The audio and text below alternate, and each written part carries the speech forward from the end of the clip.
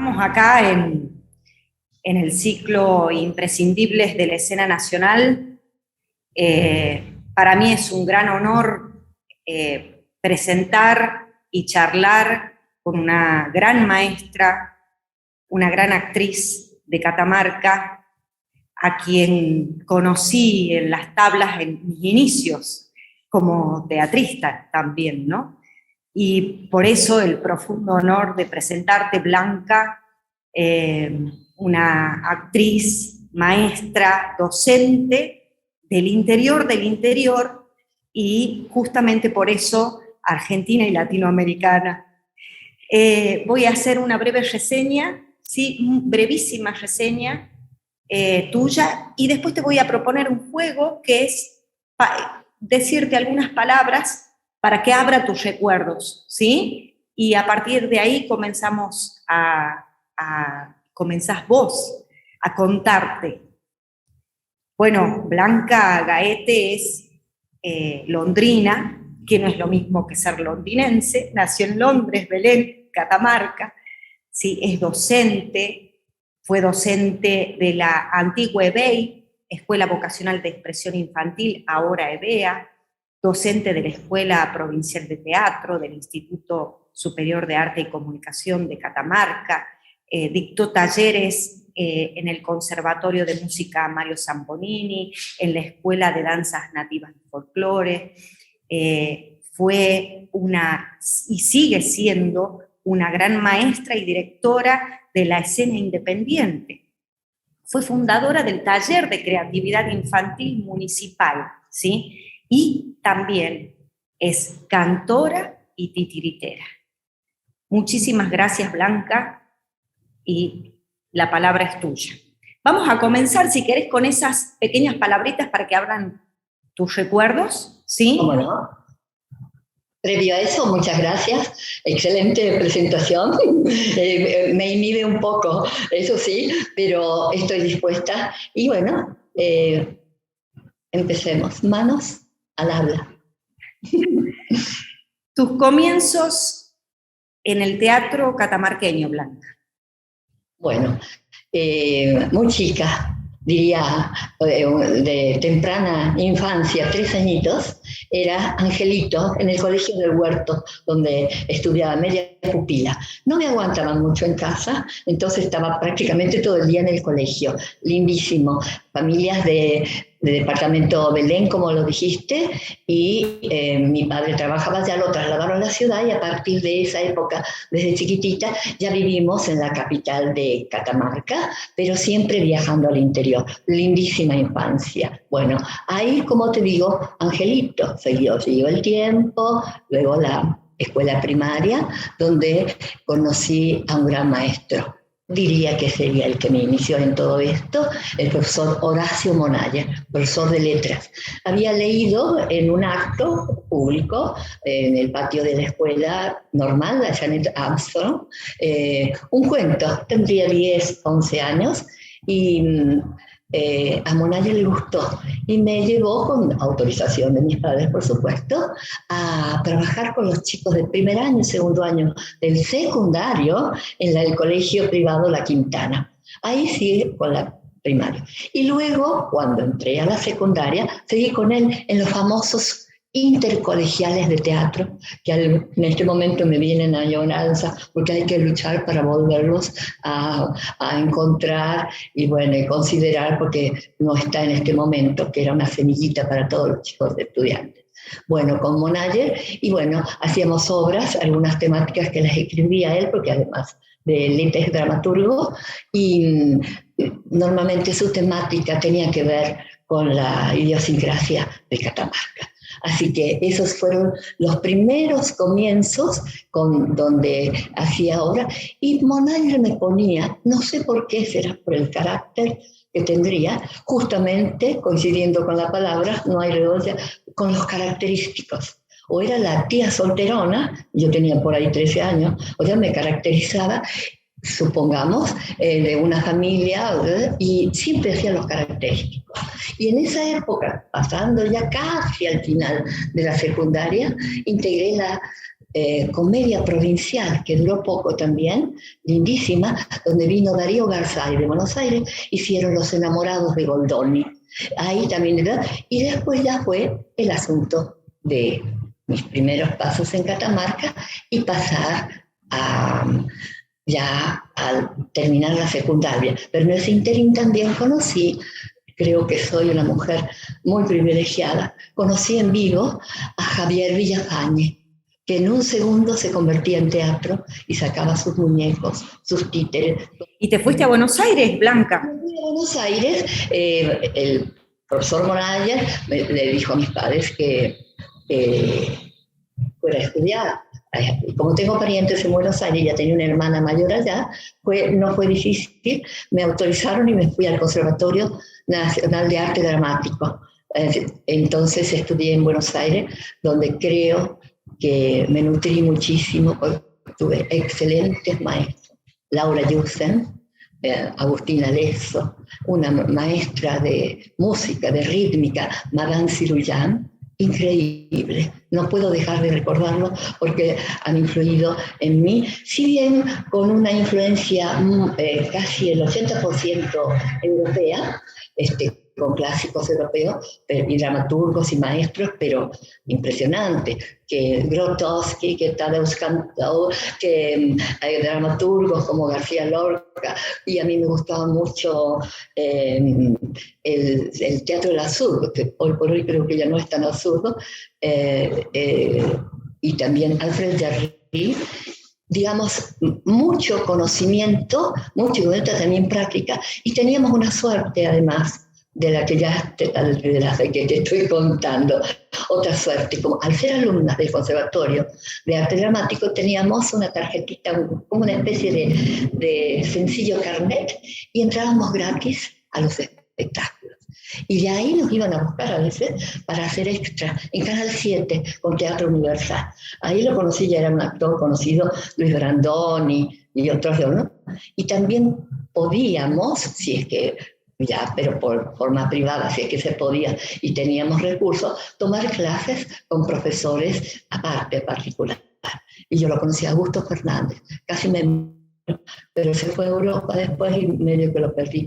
Y bueno, con Agustina Leso aprendimos muchísimo, y bueno, lo perdimos hace poquito, lamentablemente, pero me ha quedado todos sus saberes, todo su legado, y que a la larga después, que lo aplicaba en Buenos Aires, lo sigo teniendo, siempre lo recuerdo y aplico en mis clases. Veo la huipala ahí atrás, detrás tuyo, y pienso en el grupo Cuatro Tablas, en el dúo Adagio, que no es lo mismo, que Adagio, eso me enseñaste. Contanos, Blanca, tu experiencia en Latinoamérica. Claro, yo estuve en una época brava en Buenos Aires.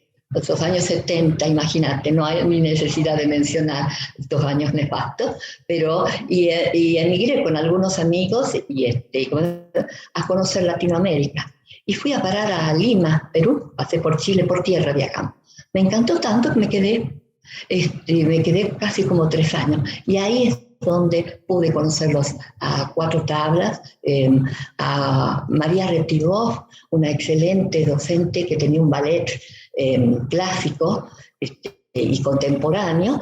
Ahí en el Colegio Músico en Perú tenía una compañera que nos hicimos después muy amigas, y o sea, respondiendo a lo que vos preguntás, el dúo Adagio, de dicho, refrán, se inició ahí con canciones latinoamericanas. A mí me fascinaban los huaynos ayacuchanos, y a Franz Peire, que era mi compañera y luego amiga y después compañera, le gustaban las zambas argentinas y la música popular argentina. Así que por ahí nos discutimos, nos peleamos cómo va a ser un repertorio. Lo llegamos al mar y viajamos por todos los lugares que ni te imaginas de Perú. Conocí todo. Previamente había conocido el Cusco. Como ya tenía carnet de extranjería, podía quedarme, porque mientras era turista, cada 3 meses tenía que rajar a la frontera y volver a entrar para conseguir la visa, ¿no es cierto?, de estadía. Bueno, también había momentos bravos, como acá, en Perú, pero por ahí venía de vacaciones, por ejemplo,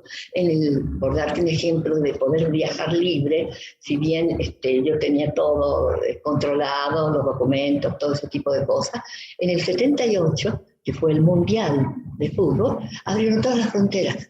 Entonces se podía entrar mucho más fácil, menos problemas para esperar en las aduanas por Chile. Yo viajaba mucho en esa época por tierra, justamente para conocer. Y bueno, en las vacaciones del Colegio Musicum Perú y en algunas vacacioncitas que nos vamos con el dúo Adagio, me venía de vacaciones.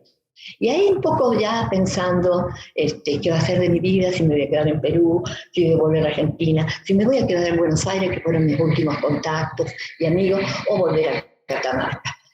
Bueno, en Perú fue, como te digo, hermosísimo. Hasta di clases de expresión corporal en la Universidad de San Marcos, digamos, como una extensión que se hizo en la misma universidad para actividades creativas. Entonces yo daba expresión corporal. Muy interesante, muy lindo. Y en esa me pagaban. Así que podía vivir, me alcanzaba para la semana, el cafecito, todo ese tipo de cosas. O sea que creo que estuve bien. Creo que terminó la etapa, además, con problemas de salud de mi madre, de mi familia acá en Catamarca. Llegó un momento que venía de visita y me quedaba. Y acá, mientras venía y que me quedaba a las escuelas de arte, por ejemplo, en Catamarca, empezaban en esa época, en abril más o menos. Y yo me venía en diciembre y me quedaba más o menos y conseguía algunas cosas. Como reencontrarme con el profesor Monalle. Hicimos, cuando volví, Cosas de mamá y papá, una comedia brillante de Alfonso Paso, un español, y fue un éxito. Y estaba en vacaciones, y acá eran vacaciones con calor, íbamos al rodeo, a las pirquitas, y a partir de ahí no paré más de viajar. Seguía yendo hasta que mi madre falleció, exactamente en el 84, y ya me quedé con una hermana todavía menor de edad, y me quedé en Catamarca. Los otros hermanos, somos muchos, estaban ya distribuidos afuera, como esta hermana mayor que tengo en Buenos Aires, que gracias a que está ella, continué viajando. Me quedé en Catamarca y continué viajando a ver espectáculos en Buenos Aires. Lo podía hacer, digamos, económicamente, así que me nutrí. Fue maravilloso estar en Catamarca, y esa experiencia de Perú, después de haber transitado por muchos clásicos europeos con grandes maestros y obras que me encantaban, empecé a escuchar la música popular con el dúo Adagio, que formamos parte del taller de la canción popular y, como dije, dependiente del Instituto Nacional de Música de Perú. El nacional. Entonces empecé a ver otras cosas y descubrí que había muchas cosas por decir, para expresar de Latinoamérica. Y da la casualidad, al ser de Catamarca, hay muchas afinidades, incluso en términos, en terminología, con el altiplano. Así que empecé a investigar y a comparar los huaynos ayacuchanos. Me sirvieron para confirmar el gusto por esa música nativa, originaria, tipo lamento, como las bagualas y la vidala. Y justamente Catamarca es la zona de esos ritmos. También llegué a conocer a Leda Valladares cuando volví, y ella explicaba cómo había descubierto esos cantos, y luego con su conexión con María Elena Walsh también empezó a escribir cosas que tienen que ver con nuestra idiosincrasia, como por ejemplo coplitas para niños, y empecé. Ad honorem, al comienzo, en lo que vos nombraste ya, el taller de creatividad infantil municipal, trabajé un tiempo, como casi 4 años ad honorem, donde fundé ese taller, y ahí tenía juego teatral, expresión corporal, aplicar lo que he aprendido, y paralelo a eso entré a la EBEI, en esa época, Escuela Vocacional de Expresión Infantil. Como ya me quedaba, ya podía ser profesora más estable. Así que conseguí ser profesora, ¿cómo se dice? Que no es suplente. Interina, titular. Titular, sino interina, que ya daba una cierta, ya tenía elementos de titular. Así que ahí empecé. En vez de vocalizar con mis alumnos y yo misma, que lo usaba también en mis clases, que fue la docencia, una de mis mejores experiencias. Me inicié como docente en Catamarca, en la EBE y en este taller de creatividad. Empecé a vocalizar con los alumnos, a trabajar la voz, a cantar, pero en vez de usar términos ingleses u otras articulaciones que aprendíamos en el Conservatorio Dramático o algo así, empecé a traducirlas en coplas, en canciones y a nivel nacional canciones populares. En eso ya también ingresé a la Escuela de Teatro Juan Oscar Conrada. Entonces ahí ya tenía alumnos grandes del secundario, niños también, bueno, y trabajé mucho como motivación con León Gieco, por ejemplo, 5 siglos igual. O por ahí el Ángel de la Bicicleta, por decirte un término de una canción, donde hacíamos la dramatización, improvisábamos y a la vez me empezaron a interesar muchísimo las temáticas, lo que pasa a nuestro alrededor a nivel nacional, a nivel provincial, y también en esa época fue cuando me encuentro con este autor que es conocido nacionalmente y también internacionalmente, Jorge Palo Antonio. Y yo me tocó en la Escuela de Teatro, el año que egresaban los primeros, por primera vez hubo un egreso de alumnos, los primeros egresados de la escuela, y con Palo Antonio armamos entre los dos una obra corta para fin de año suya, se llamaba La Carta. De ahí tampoco me separé de Palo Antonio. Así que imagínate ya esos inicios en Catamarca. Y hablando de Pablo Antonio, de Manuel Chiesa, es inevitable no mencionar Rosas de Sal, Ajá. que también es tuya, ¿no? Ajá. Es de Pablo Antonio, pero también es tuya, tu dramaturgia actoral. Recuerdo haber visto por primera vez cuando tenía 17 años 17 años, ese trabajo tuyo y aparte de otros trabajos, enamorarme profundamente del teatro, y eso te lo agradezco, Blanca, infinitamente. Rosas de Sal. Bueno, eso como vos decís, el contacto con grandes profesores y maestros como fue Manuel Chiesa, que es catamarqueño, estudió psicología en Córdoba, pero se ha radicado la familia en La Rioja. Y fue ahí maestro, director de la comedia, todo ese tipo de cosas, catamarqueño de alma, con unos saberes, digamos, hacedor, director, actor, qué sé yo, y Jorge Palo Antonio, como te comenté, que ya empezamos, y a mí la necesidad, esa inquietud fuerte que tenía, trasladarla, aproveché la oportunidad. Además conocí maestros de Suárez, por ejemplo, que lo nombró hace rato Pablo, de Mendoza, otro apellidado de Guerra, en Jujuy. Conocí mucha gente que trabajaba, digamos, con esas inquietudes que se me habían despertado a mí sobre la temática latinoamericana y de nuestra tierra. Y era como una necesidad de sentir, aprovechar este autor, que además fuimos a la larga amigos y como hermanos, una relación de amistad, de fraternidad y laboral también, formamos un trío. Y yo quería eso, de trabajar con algo en nuestra tierra. Se me había ocurrido un personaje popular y marginal, pero cuando nos empezamos a juntar no le daba para un solo personaje, y desde él y sus compañeros surgió las Rosas de Sal, la famosa obra que tiene 8 personajes, con una, incluyendo la introductora y la que cierra el espectáculo. 6 mujeres de carne y hueso, salvo la nativa de la época de la colonia del siglo XVII, digamos, que era una recreación, pero se supone que así haya sucedido.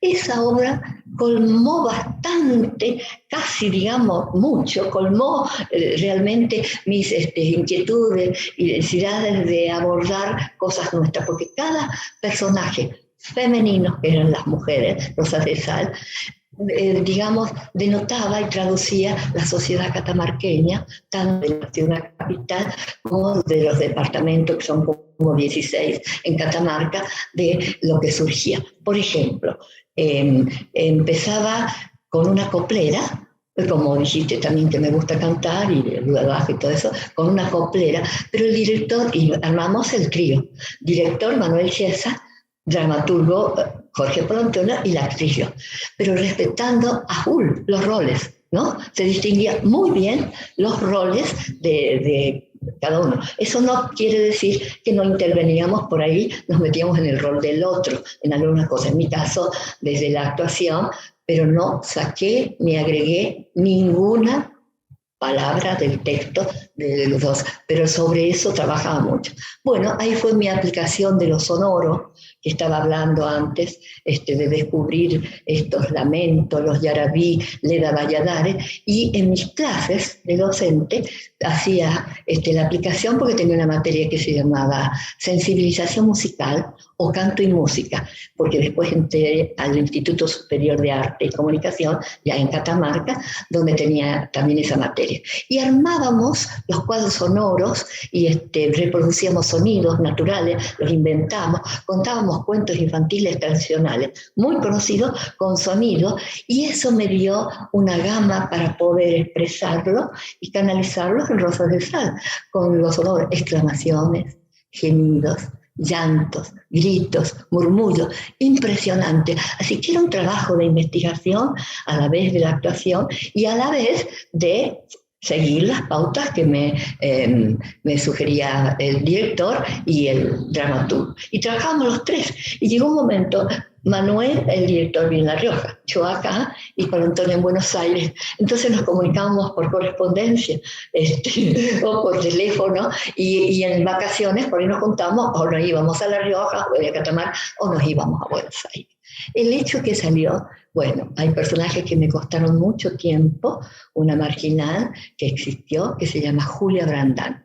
Esa mujer, digamos, que la conoció popular en Catamarca, que pertenecía, por contarte a grandes rasgos, a familias más o menos acomodadas de Catamarca. Sin embargo, se tuvo muy fuerte, la derivó y la marginaron, y fue como una especie de complejos y prejuicios de la ciudad al interpretar este personaje, porque la marginaron y ella se hizo alcohólica. Impresionante, y ahí denota toda esta cosa social de la ciudad capital, especialmente de Catamarca. O sea, que ahí empecé a profundizar las temáticas.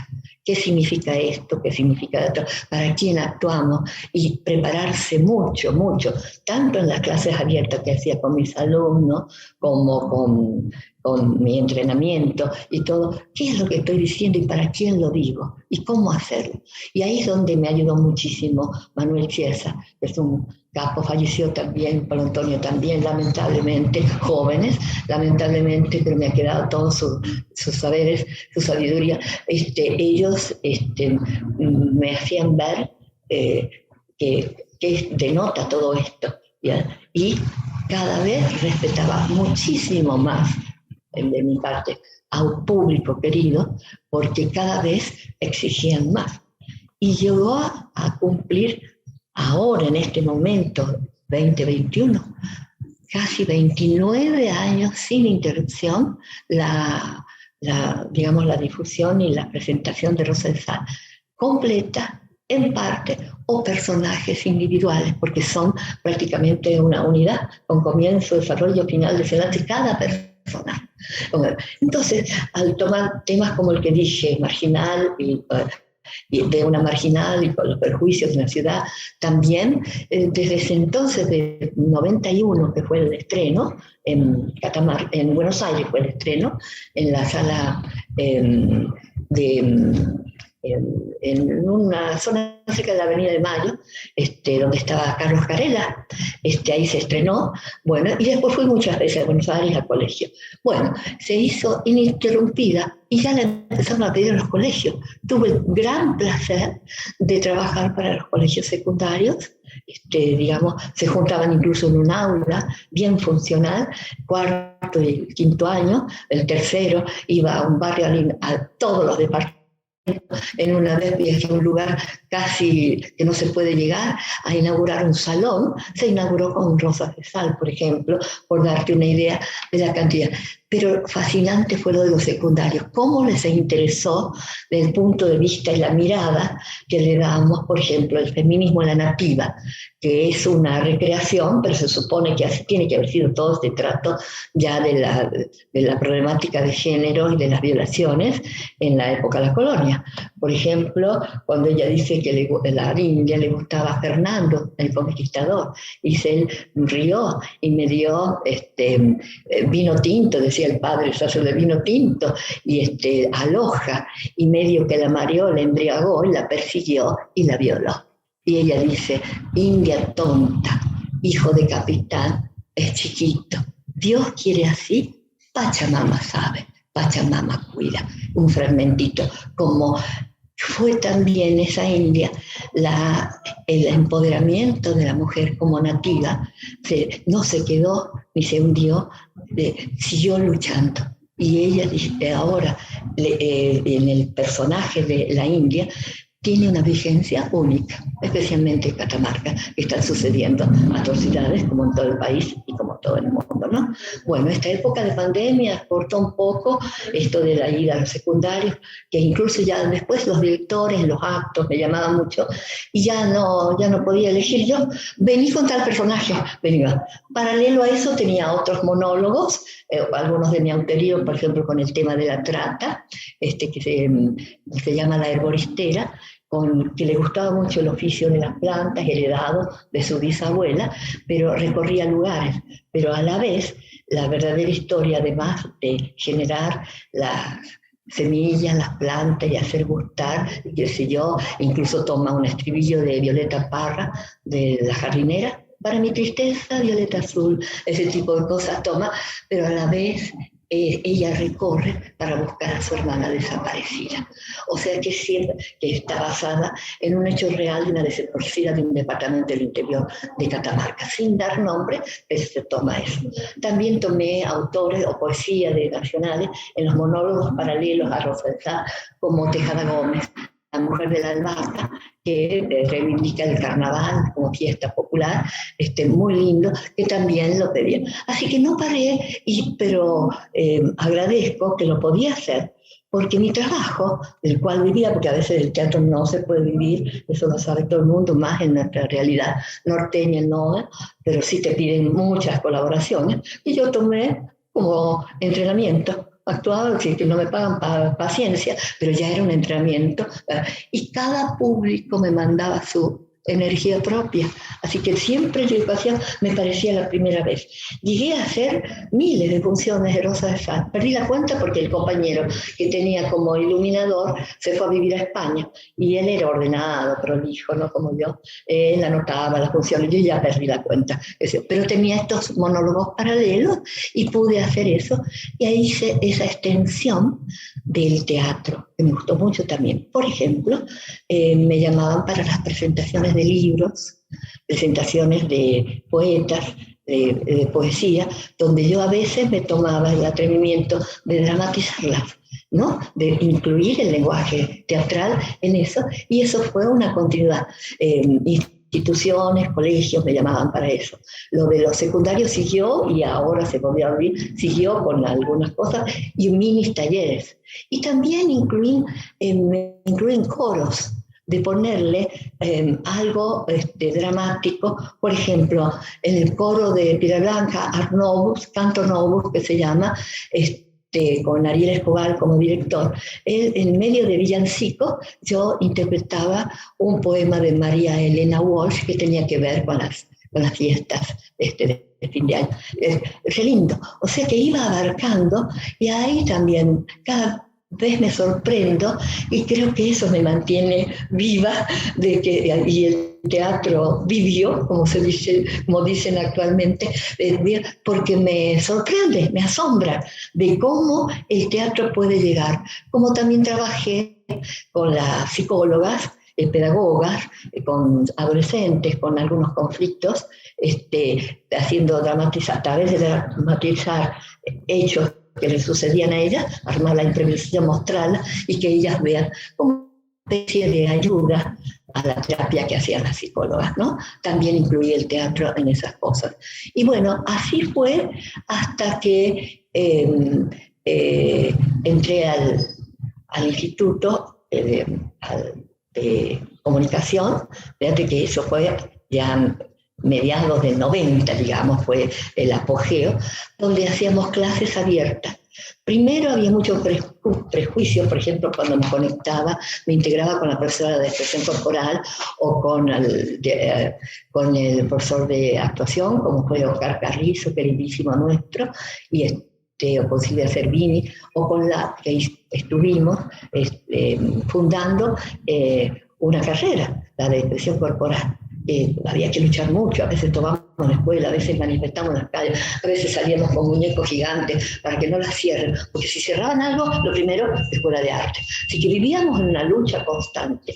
Eso también nos mantenía vivos, el de defender nuestros derechos y el arte, en este caso el lenguaje teatral, pero sucedía en las otras áreas también, en plástica, todo.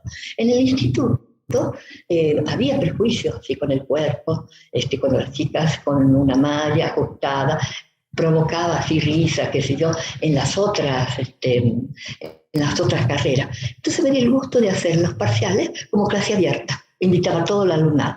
Y luego cuando ya vieron que el cuerpo y con lo que vinimos al mundo natural, digamos, yo empecé con algunos, otros no, en el horario de nuestro, era la noche, desde la tarde hasta la noche, el ISAC, empecé a dar los parciales con público. Y si bien es un profesorado para brindar los conocimientos de teatro, es decir, de profesores, digamos, los alumnos, ya hay varias camadas, era también para foguearse, para tener la evidencia como actor.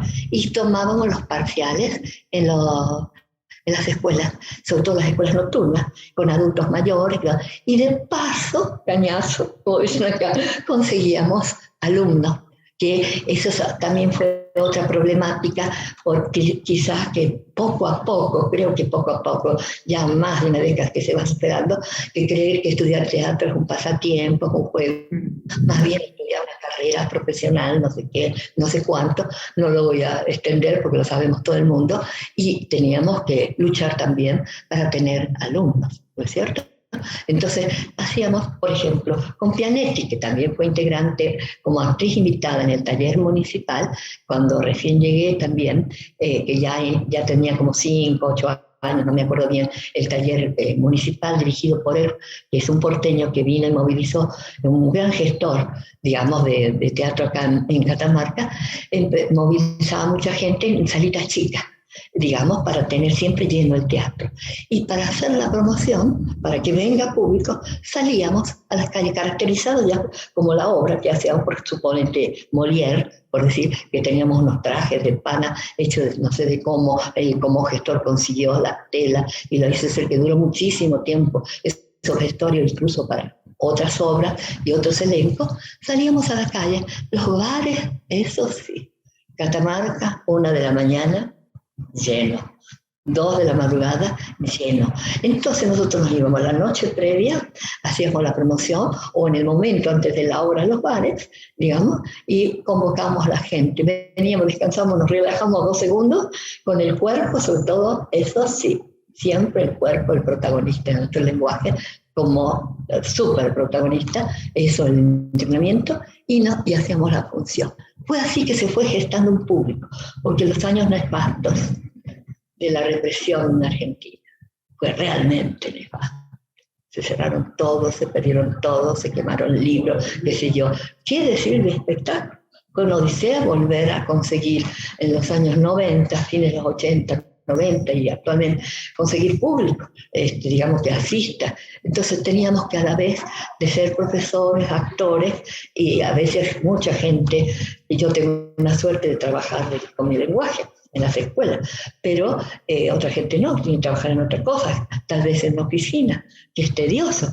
Bueno, siempre trabajamos con Roberto Al, todo ese tipo de cosas de la gente, cómo se aliena el empleado, por decir, bueno, actores, directores tienen que trabajar otra cosa para subsistir. Bueno, eso existe aún. Bueno, pero poco a poco, ahora y después de lo de teatro abierto, tuve la suerte de estar en Buenos Aires, que venía de viaje, que volvía a Perú, que en esa época, antes de instalarme del todo acá en Catamarca, tuve la suerte de decir, y vi cómo eso movilizó para que volviera poco a poco, gradualmente, lentamente, el público al teatro. Ahora ya está la fiesta provincial del teatro, acaba de terminar acá en Catamarca. A mí mucho no me gustan las competencias, en ese aspecto no participo, pero sí colaboro, no colaboro, sino que comparto los saberes con la gente de teatro, algunas cosas, que han sido exalumnos míos que ahora integran elenco y se presentan. Así que la manera. Y mucho auge le di a la infancia. En el taller de creatividad infantil hago como un raconto, no sé si querés preguntarme algo en el medio. Eso, no, justamente pensaba en todo lo que decías, Blanca. ¿Cómo no tenerte en este ciclo del Instituto Nacional del Teatro, los imprescindibles de la escena nacional, con toda esta trayectoria, esta experiencia?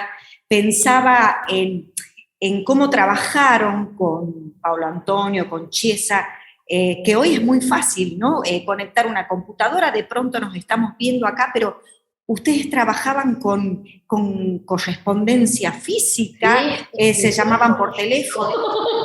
Con el teléfono, cuando te comenté, uno en un lado, todo el otro en el otro, nos juntamos, y si no, por teléfono.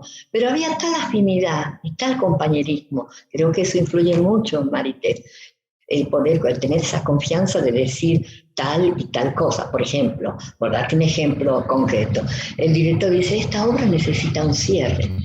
Jorge, le decía Jorge Balantón, por teléfono, necesita un cierre. Son muchas mujeres, está la introductora, que Balantón se inspiró, no las copleras grandiosas nuestras, ¿no?, sino las sequeiras de los Valles Calchaquías, que hizo incluso, pidió autorización para usar algunos textos de alguna coplita para el coplera.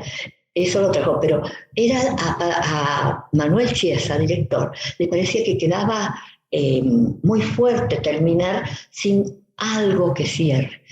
Entonces Pablo Antonio adaptó, mira la manera de trabajar, adaptó, que es la pregunta que vos me haces, cómo nos reuníamos a trabajar. Por teléfono le pide eso. Pablo Antonio me consulta a mí, ¿qué le parece? Si pone otro personaje, decir, no, le digo, en todo caso, si él te dijo que ya hay personajes que necesitan ustedes, habría que ver. Y se le alumbró la lámpara un poema que tenía él, que en la obra lo llamó el colofón de cierre, hizo una orante. Esa orante, con un texto magnífico, que incluso lo adaptó algunos versos para esta obra de Rosa de Sal, fue perfecta. Entonces, ahora no era muy fácil de dramatizar después de tantas mujeres que hacía, no, porque la hacía completa, en una sola función, y tenía un vestuario base y cambios de accesorios, como una calle, porque también tuve una planta de luces espectacular,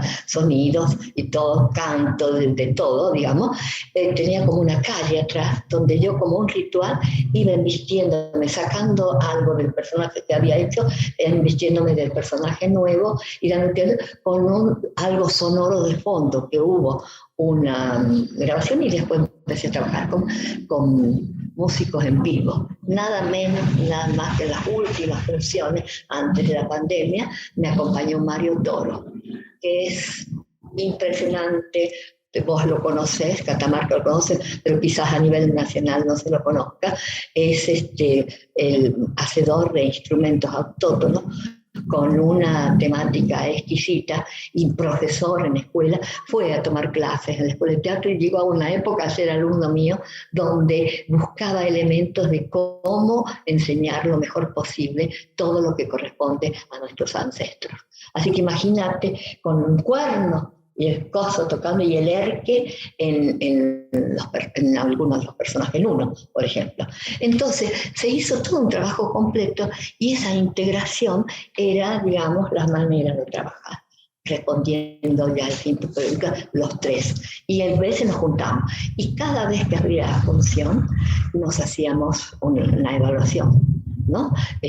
Siempre, aunque sea a distancia o de cerca, o que me dice, por ejemplo, quería Manuel Chiesa, y a mí me gustaría la nativa, que tuviera otra fuerza, cuando ella se reivindica como mujer de esa época, una mujer nativa, después de la violación, de la conquista, por estar generalizando todo, después de eso, que me gustaría alguna idea para la puesta y desenvolvimiento, y me la dio, por ejemplo, al tiempo de ser presentada. Y al tiempo también se editó la obra, ¿no? Y Pablo Antonio la escribió tal cual se presentaba, es decir, incluyendo la actuación, incluyendo la dirección y su dramaturgia, incluso con vestuario, con desplazamiento y todo. ¡Wow! Dije yo, o sea que no hago nada, repito como memoria, lo que está para las nuevas generaciones, lo que ven. Entonces Manuel me ayudó en vida aún algunas cosas de empezar a proponer otra mirada en los desplazamientos o algo como para que se vuelva a independizar el rol de actuación, de dirección y de la dramaturgia. Claro, ¿no? tu propia dramaturgia. Como que copiaba todo, pero eso fue al tiempo. Y llegaron a hacerse varias ediciones en Rosa de Sal. Cuando Rosa de Sal cumplió los 25 años, o sea, las bodas de plata, no hace mucho, todavía hace 2 años que murió Pablo Antonio. Manuel no la pudo ver, que ya se había ido muy joven, de 50 y tantos años. Se hizo ya con algunos personajes en la presentación del libro y luego la obra completa. Pablo Antonio quedó helado cuando vio nuevas puestas de desplazamiento. Por darle un ejemplo, nomás, una silla. Cada personaje iba yo recorriendo con una silla y la ubicaba, y en este espacio está el personaje, en este espacio está el otro. Se quedó, ¿vale? Más con los músicos en vivo, fascinado, ¿no? Pero sí, las coplas, todo, digamos, en el sentido ese. Pero a mí me sirvió para seguir creciendo. Y cada vez hay gente que la vio 800.000 veces, por exagerar un poco, a Rosa de Sal, y la siguen viendo. Y cada vez descubren, seguro, que hay algo, porque a mí el público me da esa energía que yo la recibo, y es como que me transforma, y yo siento que es la primera vez, ¿no? Entonces, pero tal vez eso ya, no sé si contesté esta pregunta de cómo No, por supuesto, es esto, ¿no? Es esto. A la parte infantil. Sí, quería destacar sobre todo este trabajo tuyo, esto que vos decís, todavía sigo aprendiendo. Y algo que te caracterizó, Blanca, fue el teatro popular, la música popular, esa investigación profunda que hiciste y que lo pusiste en el teatrito del barrio, en el corito del barrio, y también lo pusiste en el radioteatro. Claro, por ejemplo, eso me gustaba cuando en los comienzos llegué en ese taller de creatividad, paralelo a que trabajabas con niños, con juego teatral, con cuentos, cuentos que ya me decían la cuentacuentos, y también llamarme por Blanca, la cuentacuentos, en ese taller. Bueno, ahí hice una aproximación, un acercamiento al juego teatral con un tallercito con niñas del barrio. Y me sorprendí yo más que del otro, porque había condiciones impresionantes, cómo motivaba yo y cómo respondía la devolución que hacía. Y decidí al año, exactamente al año, armar como directora ya el teatrito del barrio con 7 niñas, una 5 años, la mayor 12 años. Eran 4 hermanas, 2 primas y una amiga. 7. Bueno, y empezamos a andar, como vos lo decís, porque para mí lo popular tiene que ver con que el teatro es para todos. Y no todos venían al centro, a la sala, o a aportar una entrada al centro. Había muy poco teatro callejero en esa época, que también lo hacíamos con los compañeros de teatro, hacer no murga, porque todavía no teníamos los conocimientos exactos del clown, de la murga, pero sí caracterizado con percusión. Salíamos por las calles de la ciudad, invitamos a todas las escuelas de arte, porque paréntesis, Catamarca es un lujo, tiene escuelas de arte, la EBEI que nombramos, la Escuela de Teatro, la Escuela de Arte Plástica, hoy por hoy el Instituto de Arte y Comunicación, la Escuela de Folclore, gratuitas. Entonces, hay para estudiar, entonces salíamos todas las escuelas en desfile, por decir, por las calles de la ciudad, para hacer, y hacíamos una muestra en algún lugar X donde llegamos. Por ejemplo, una plaza grande, y todas las veces lo hacíamos en una plaza distinta. Fue hermoso, nos caracterizábamos todos, sí con algo de percusión, pero eso fue pie para que empezaran a llegar los instructores y los conocedores del verdadero lenguaje de la murga y los testimonios que tenía. Yo llegué a conocer las murgas de Buenos Aires, la Montserrat, todos vestidos de verde, y los vi nada menos que en el norte, en la frontera de Jujuy, no Tilcara, ¿cómo se llama el límite? Ay, se me ha ido el nombre del pueblo, al norte de Jujuy, pero jujeño.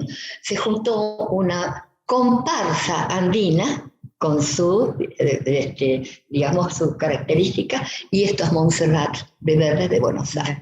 Increíble, lo urbano y lo andino, qué sé yo. Así que tenemos muchas cosas en el NOA, ¿cómo desperdiciarlas? ¿No? Eso no quita que algún día García Lorca esté presente, indudablemente, que nos gustaba muchísimo a muchos teatreros de Catamarca, y incluso en esos intercolegiales que ojalá los podamos recuperar, los alumnos trabajan mucho García Lorca, ¿no?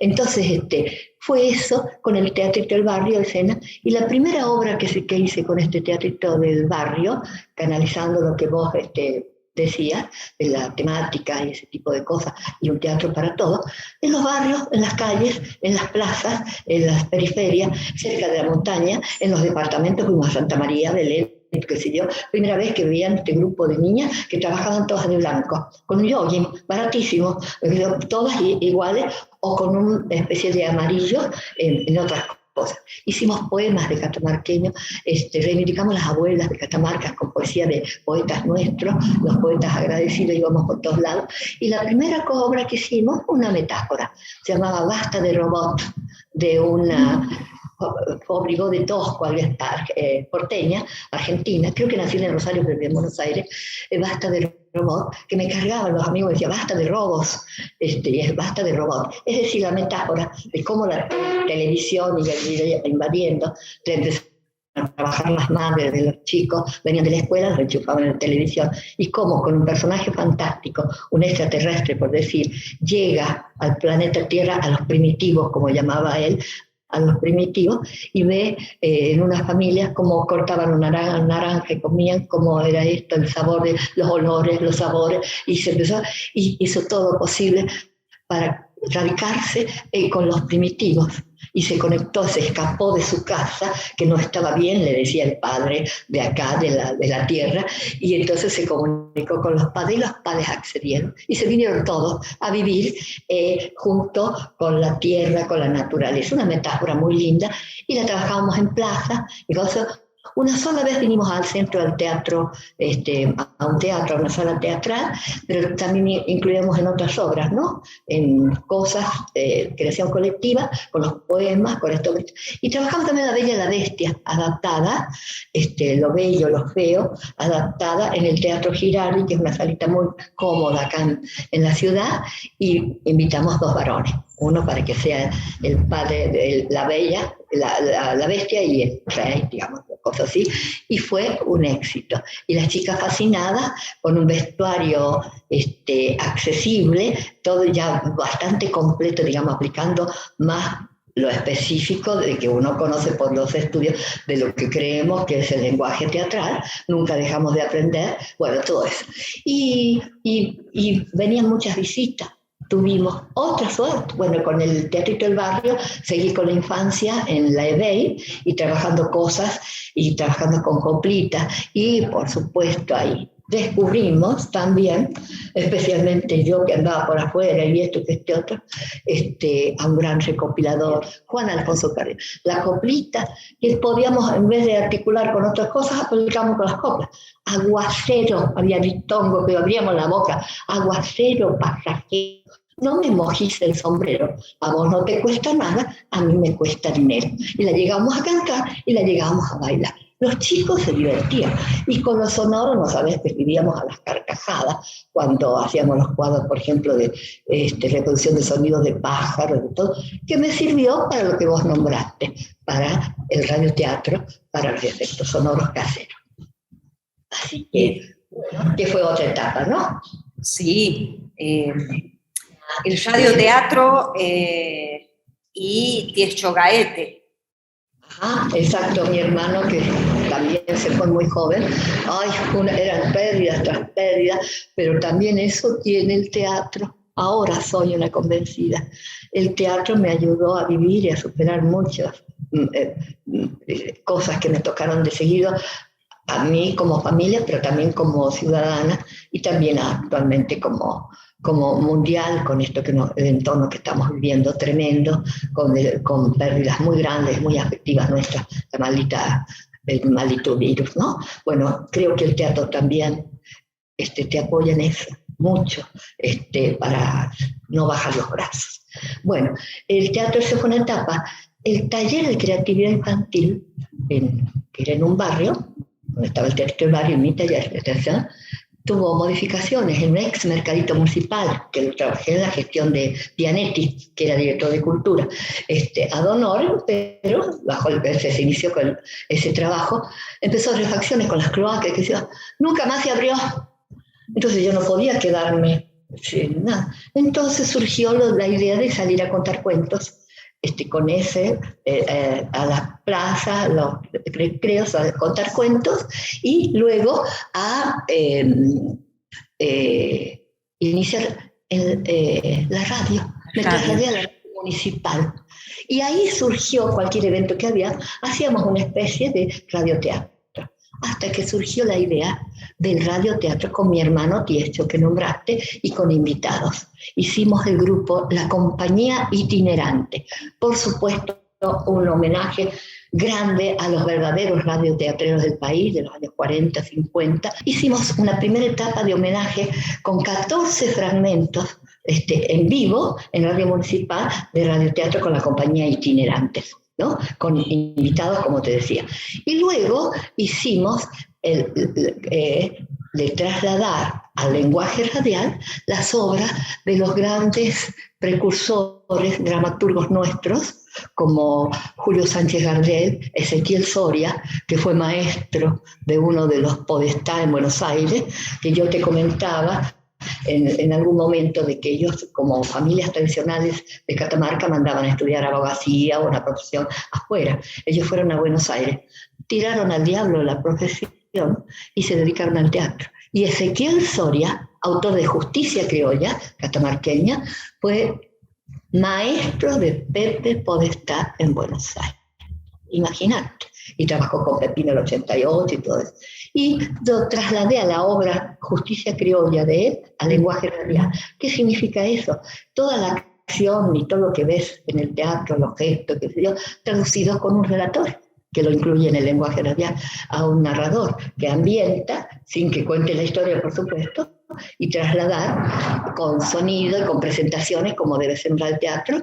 Hicimos el Carnaval del Diablo de Ponferrada, una versión. Hicimos La Montaña de la Bruja de Julio Sánchez Gardel. Hicimos Los Mirasoles, muy conocida a nivel nacional y en países vecinos, de Los Mirasoles, lindísima obra para traducirla, que ya ahí había temáticas, si uno la analiza bien, que es el otro aspecto que tenemos en el lenguaje del teatro, el análisis de qué es lo que decimos. Y está un contenido, análisis de texto, de qué nos sirve con profundidad, incluso cómo nos hace pensar, reflexionar tal cosa para recién aplicarla a un texto, por ejemplo, ya sea creación colectiva, al aplicarlo que tenga vida con el lenguaje específico del teatro, pero tomado como un elemento, pero qué significa, si nos sirve, a ver cosas que podíamos, por ejemplo, regionalizarlas, por decir un término, para que sea para todos y no sea solamente el teatro para un grupo, ¿no? Entonces fue fascinante. También hicimos con salidas en vivo con los efectos sonoros. Por contarte uno de los invitados, Miguel Chanampa, y con mi hermano, éramos los tres, digamos, del elenco, la hija de Chanampa, del elenco estable de la compañía itinerante. Cuando hacían efectos sonoros de un galope, por decirte, se levantaba la camisa cuando iban, lo hacía en el pecho. Nos distinguieron por eso en el Consejo Deliberante, y cuando él explicaba eso y cómo le preguntaba los efectos sonoros, se levantó la camisa en medio de toda la formalidad del acto y se hizo el galope.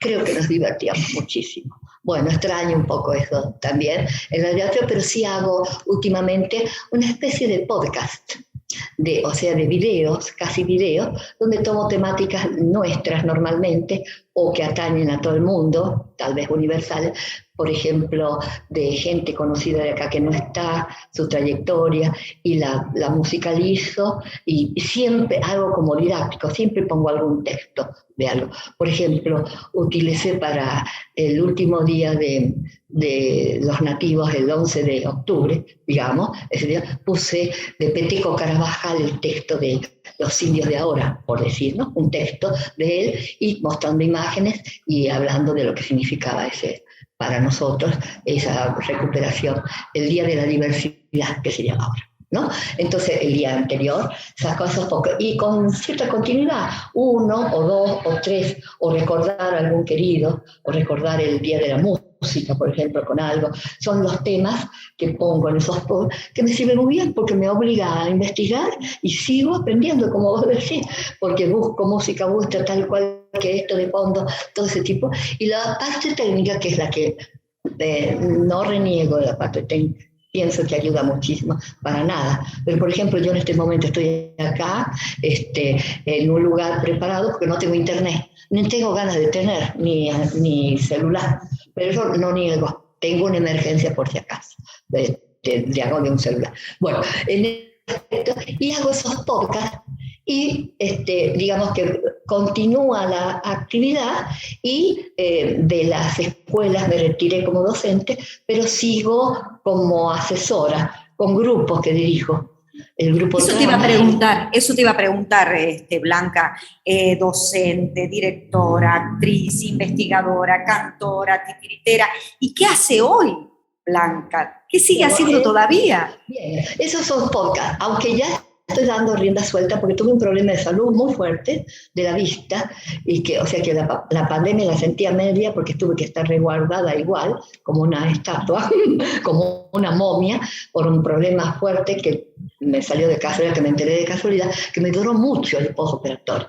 Entonces estaba tranquila, y entonces estoy generando de ya no dirigir, sino que las que dirijo sean ellas mismas. Y fue para suerte, aquí, que mis chicas del grupo Trama, que son varias, que fueron quedando menos porque tienen que trabajar como docentes y los horarios no tienen demasiado tiempo para reunirse, no son trasnochadoras como yo, que por ahí me juntaba en trasnoches, no se podían juntar, pararon un poco, y 2 o 3 se han abierto temporariamente y quedaron pocas. Ya ganaron un premio con un traslado de una obra para niños al lenguaje radial, digamos, que fueron distinguidas. Entonces digo, ya no me necesitan, así bueno. No, que sí. Bueno, esta noche brindamos por fin de año, por decir, ¿no? Por lo menos pero digamos, poco a poco voy dejando y hacer cosas, porque mientras tenga energía y que me esté recuperando favorablemente, lento, de este problema de salud de la vista del ojo izquierdo, que veo, ¿no? Pues si no, fue otro problema, una membrana maldita.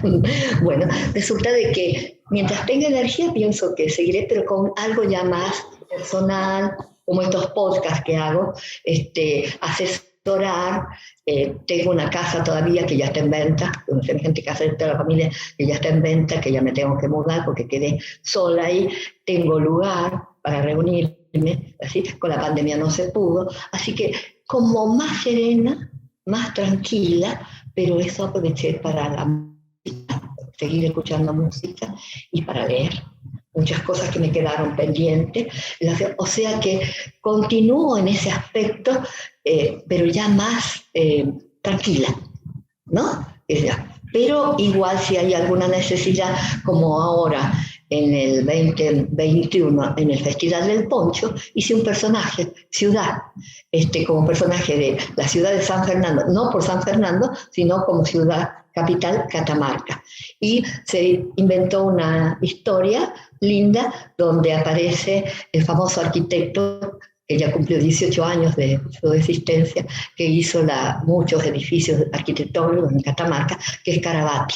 Se generó una relación entre la ciudad capital, Catamarca, ciudad, mira, me parece el nombre, ciudad, y Carabati, e hicimos en 5 espacios de la Plaza Central diferentes intervenciones entre los dos, donde él mira algunas, muestra los diseños que hizo de los edificios como la Casa de Gobierno, como la Casa de la Cultura, digamos, y yo le voy mostrando todo eso, en qué condiciones está. Pero en el intermedio, en el Poncho 21, si lo quieren ver por YouTube, en julio del 21, en la parte que se llama Delegación Ciudad, Delegación Capital, ahí está, exactamente el 29 de julio. Está donde se muestran también, aprovechando estos personajes, productos catamarqueños, los ponchos, los músicos, ganadores de samba, porque últimamente, como el INT está haciendo, colabora mucho, ayuda mucho, protege a sus actores, todos haciéndoles alguna subvención, alguna ayuda, que me parece hermoso, o estas entrevistas que están de moda, que me parece hermoso, como porque la pandemia no nos obliga a quedarnos quietos, ¿no? Entonces, esas cosas tranquilas estoy haciendo. Blanca, también, querida. Bueno, digamos, no sé si... No, esto, un poco... recordarte siempre así. Blanca es una de las maestras, directoras, actrices que más transita los escenarios catamarqueños, ve todas las obras, absolutamente todas las obras. Y quienes hacemos teatro, te agradecemos profundamente el acompañarnos con tu presencia en la medida que has podido, acompañarnos con tu palabra, acompañarnos, mira, me emociono porque la verdad, y sigo insistiendo, es un gran honor para mí estar ahora hablando con vos en este ciclo, charlando, no lo pensé nunca, y es esto, ¿no? Aparte de todo lo que has hecho y de lo que seguís haciendo por el teatro catamarqueño, por Catamarca, sos una gran acompañadora de tus compañeras y compañeros, ¿no? De los más antiguos y de los nuevos, ¿no? Cómo también vas impulsando a las nuevas generaciones, acompañando y abrazando a las nuevas generaciones a hacer teatro. Eso, agradecerte por eso, y lo que quieras decir, Blanca, para finalizar esta charla. Sí, por supuesto. En realidad, esto que estamos haciendo ahora es un estímulo para canalizar, seguir canalizando las pocas energías que ya van quedando. Como dije antes, agradecerte a vos, que te conozco, que también digamos que mano a mano, pionera con el teatro, con tus trabajos, todo, que algún día hablaremos de todo lo que haces vos también. Eso. Y no me queda más que agradecerte tu tiempo y todo eso, y de preocuparte por esta invitación que tuvimos, agradecer a Mauro Arch, que puso la disponibilidad, hasta se puso a limpiar para armar el rinconcito en un estudio que él tiene en medio de la ciudad. Agradecer a Manuela Ahumada del INT, que siempre me está convocando. Si hay un acto o algo, Blanca, sobre la hora, especialmente, sobre la hora, vení, no sé qué, Manuela Ahumada, del referente del INT en Catamarca, al señor que me llamó, que lo puedo conocer a través de la imagen, Pablo Bonta.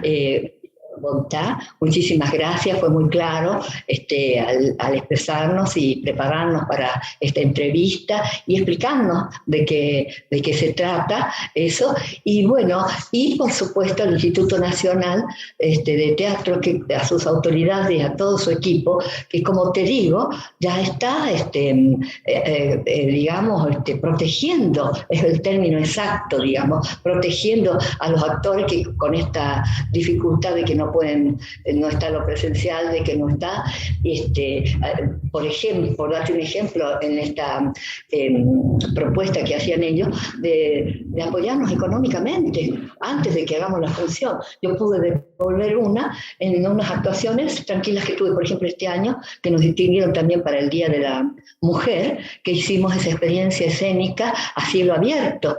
Bueno, ahí pude devolver lo que ya previo, mucho antes, económicamente, me había el Instituto Nacional y a nivel federal.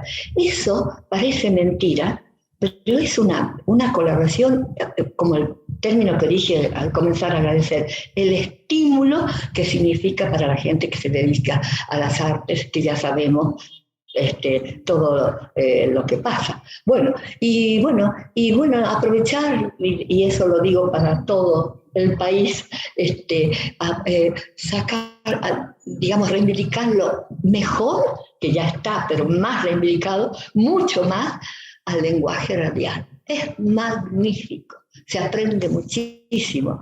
Si bien ahora algunas radios ya han puesto imagen, que no es lo mismo con imagen, sino que la gente se imagina quién está hablando y que no es lo mismo, pero el lenguaje radial es valiosísimo y hay que aprovecharlo justamente en estas épocas de resguardo y de que tenemos que estar escondidos. Sí, el lenguaje radial es un lenguaje escondido. Es buenísimo, buenísimo. Muchísimas gracias y bueno, por un teatro presencial. Que viva el Teatro Video. Gracias.